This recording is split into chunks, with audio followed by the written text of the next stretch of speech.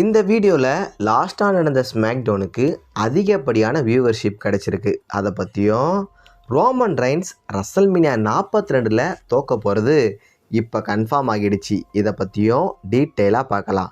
அதுக்கு முன்னாடி ரெஸ்லிங் அப்டேட்லாம் உடனே தெரிஞ்சுக்க நம்ம சேனலை மறக்காமல் சப்ஸ்கிரைப் பண்ணுங்கள். வாங்க வீடியோக்குள்ளே போகலாம்.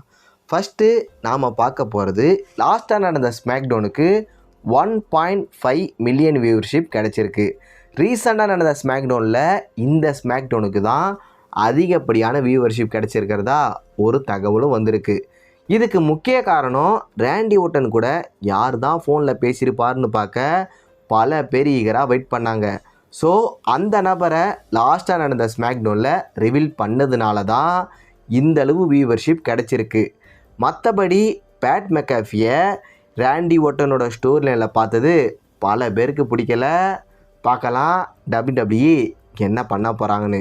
அடுத்ததாக பார்க்க போகிறது மே மாதம் WWE கிளாஷ் இன் இட்டாலின்னு ஒரு பேப்பர் ரிவ்யூ நடத்துகிறாங்க. அதுக்கான போஸ்டரையும் WWE அஃபீஷியலாக வெளியிட்டாங்க. அந்த போஸ்டரில் ரோமன் ரெய்ன்ஸ் இல்லை.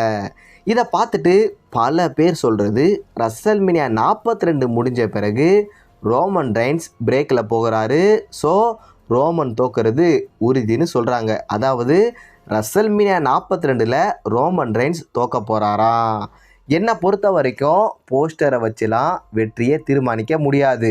பட் ரோமன் ரெய்ன்ஸ் ஒருவேளை ரசல்மீனியா 42ல் டைட்டில் வின் பண்ணிட்டாலும் வருஷத்தில் ஒரு சில மேட்ச்சில் மட்டுமே கலந்துக்குவார்.